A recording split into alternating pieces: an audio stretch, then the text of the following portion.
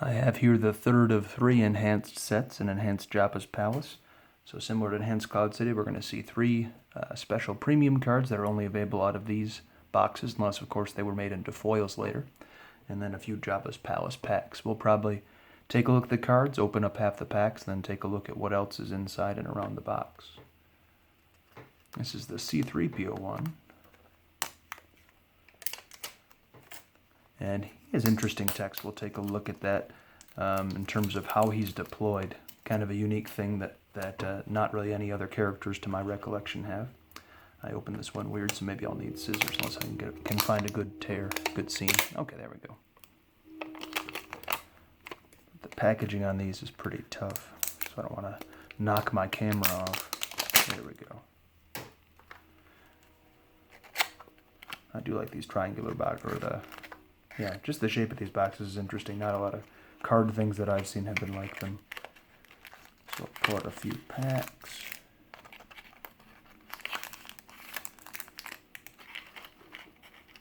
So as you can see, the packs, depending on where they were, might have gotten a bit, not the cards themselves, just because there's a lot of space at the top and the bottom. The wrapper itself might have gotten a little bit warped, so we'll probably open the most warped ones.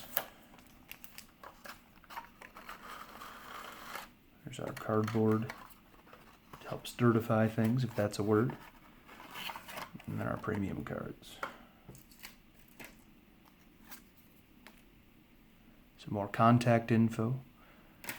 I think Decipher's still around, but as far as I know, they're not making games. I have no idea if that's true or not, though. So these look pretty good. I guess there's a bit of, ooh, that's interesting. You know, these actually are a little bit rough at the top. So there's some white edge white at the top there. I mean, they're not destroyed by any means, but that's always a bummer when you get supposedly brand new cards that have some edge white, and it's on the front too, not on the back. But not a disaster, just, oh man, it's just a bummer to not get mint cards out of a pack.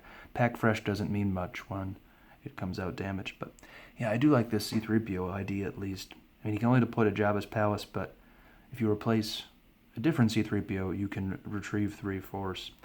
And so, seems very situational, but hey, retrieving 3 Force by sending basically 1 card to your lost pile and then deploying him from your hand. So you're, in a certain sense, losing 2 Force to retrieve 3. It still could be fun. And then, yeah, being able to add a Battle Destiny is not bad for a Protocol droid. There's lots of nonsense that he and R2-D2 can do together. Jodo Cast, Boba Fett look-alike. Interesting text, being able to fire weapons for free and add to the Destiny. So there's a few weapons you can really abuse that with. And then Mara's lightsaber. Always good to get another copy of this card. And it looks like from front to back, that's kind of how the edge white at the top went. So that one just has a little bit. C3PO has the most, but I think fortunately he's the one of the set that I have, the one of these 3 that I have the most of, so that's at least a good thing.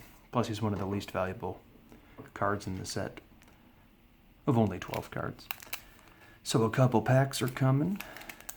I'll go with these 2 since the wrappers are just a bit more bent up.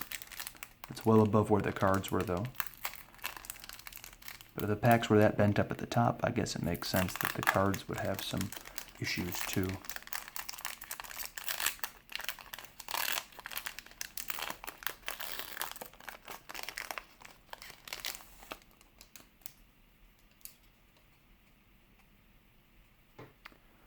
Okay, pretty useful card. I like this in my Battle Droid deck where I have a lot of blasters in there because they get to be Destiny 8 with a certain effect.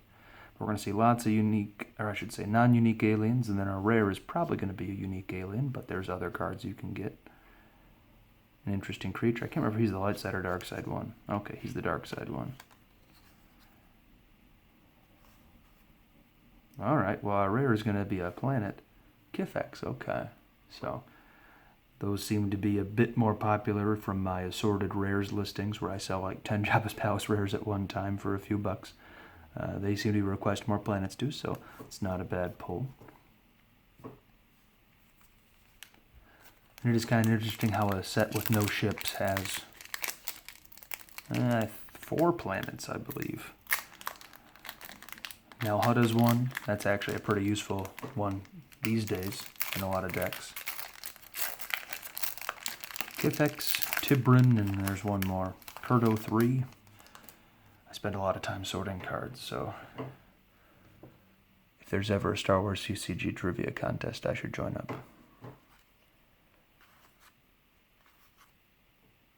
These guys are pretty cool. They actually made a text 2 sets later in the Endor set. There's an effect that I think specifically targets these guys and reduces their power, because, yeah, the Power Plus 3 when with an Imperial Power 4 ability 2 with a Destiny of 4 is not bad text at all.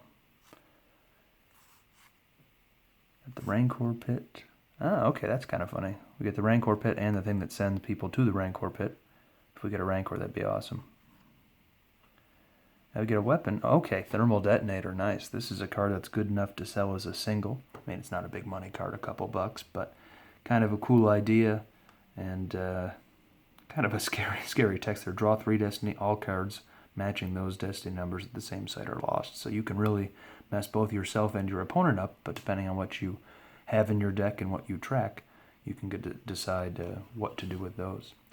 So that was the third of 3 enhanced sets. Next up, in terms of sealed product, will be the official tournament sealed deck and the Jabba's Palace sealed deck. So those are very interesting for a couple of reasons. Not only the special premium cards, they're available only in those boxes, but also they came with like collectible storage boxes with some very neat character portraits on them. So hope you tune in for that one. And thanks for watching this video. I'll see you for the next one.